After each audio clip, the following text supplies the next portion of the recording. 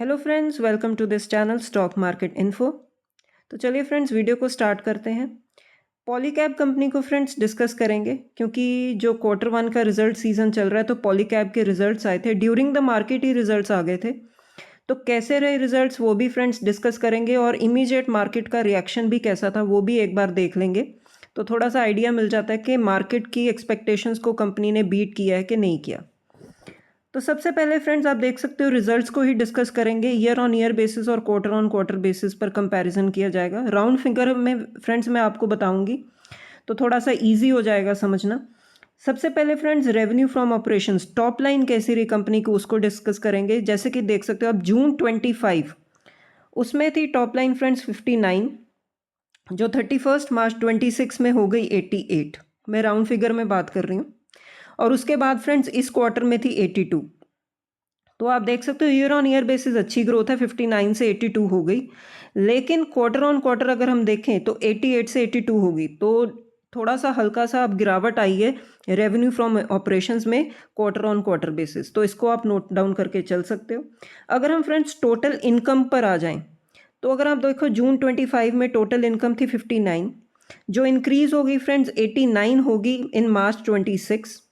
तो वही फ्रेंड्स आपको जो सिनेरियो रेवेन्यू में दिखा था वही आपको दिख रहा है टोटल इनकम में। क्वार्टर ऑन क्वार्टर जो है टोटल इनकम ड्रॉप हो चुकी है 83। तो वही सेम जो सीक्वेंस आपको दिख रही है कि टोटल इनकम में ईयर ऑन ईयर बेसिस तो अच्छी ग्रोथ है लेकिन क्वार्टर ऑन क्वार्टर थोड़ी सी गिरावट है। अब चलते हैं फ्रेंड्स टोटल एक्सपेंसेस की तरफ। टोटल एक्सपेंसेस में अगर आप देखो तो फ्रेंड्स पिछले साल थे टोटल एक्सपेंसेस 86, जो बढ़कर हो गए हैं 10108 आप बोल सकते हो।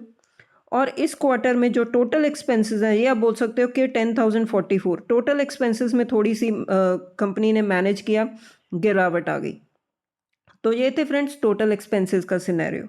अब फ्रेंड्स सीधा हम प्रॉफिट बिफोर टैक्स पर आएंगे कि प्रॉफिट बिफोर टैक्स कैसे है। अगर आप देखो जून 25 में था 8,005, वो जंप करके चला गया मार्च 26 में 10,492।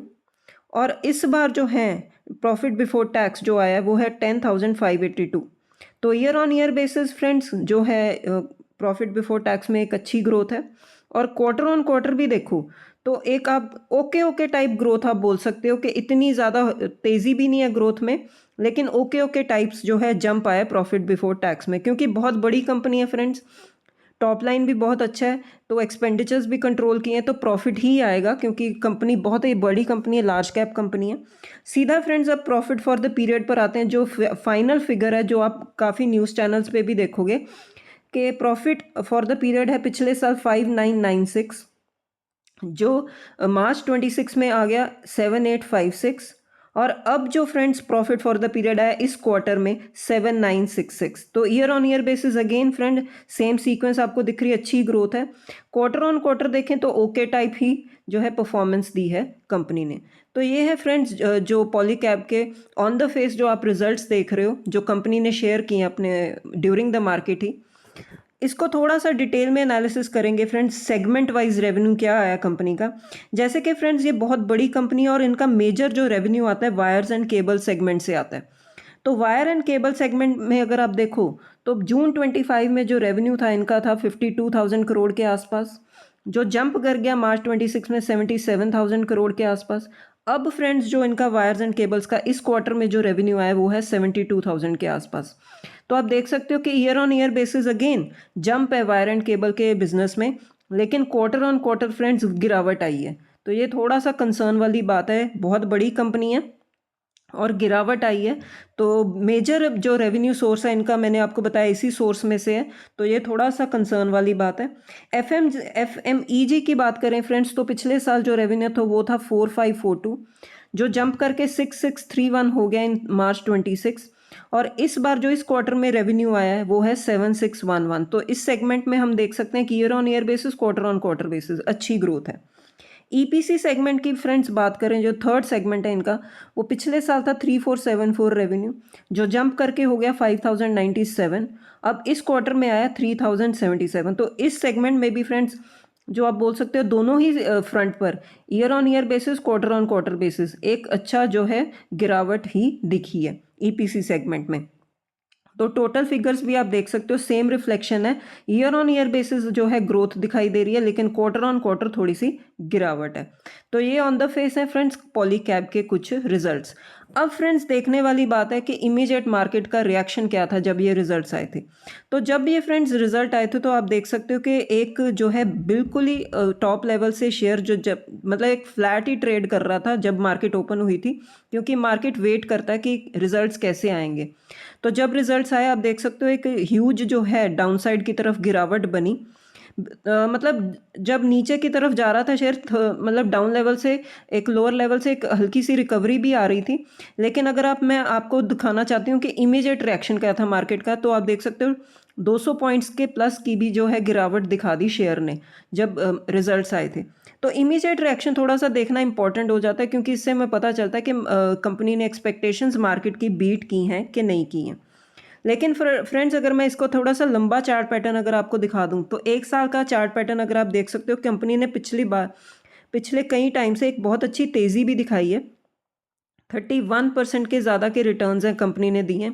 और कंपनी फ्रेंड्स इतनी तेज़ क्यों भागी थी, अब मतलब लार्ज कैप कंपनी है, 1.37 लाख करोड़ का मार्केट कैप है।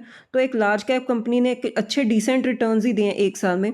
तो इतनी अच्छी तेज़ी क्यों थी फ्रेंड्स, क्योंकि डेटा सेंटर के लिए ये बहुत ही एक बड़ा बेनिफिशरी बनकर सामने आया था ये कंपनी पॉलीकैब, क्योंकि वायर्स एंड केबल सेगमेंट में ये कंपनी काम करती है, ऑप्टिक फाइबर में ये कंपनी काम करती है।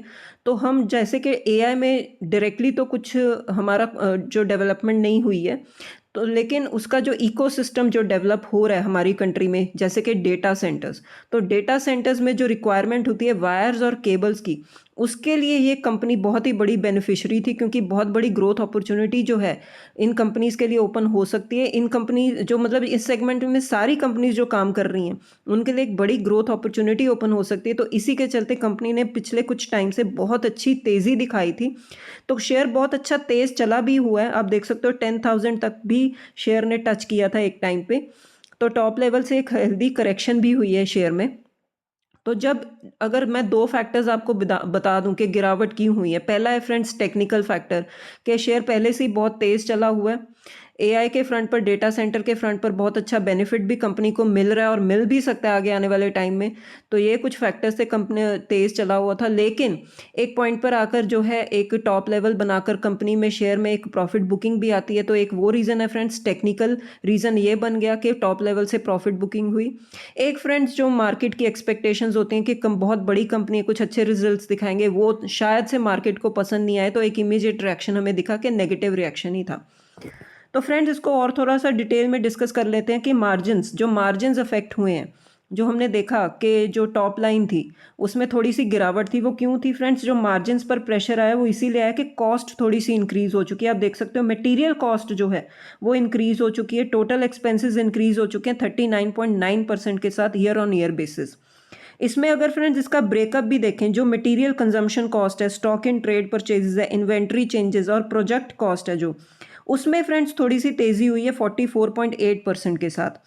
और कॉस्ट ऑफ मटेरियल, अकेला कॉस्ट ऑफ मटेरियल की जो कॉस्ट है फ्रेंड्स वो जो है इंक्रीज हो चुकी है 55.6% के साथ।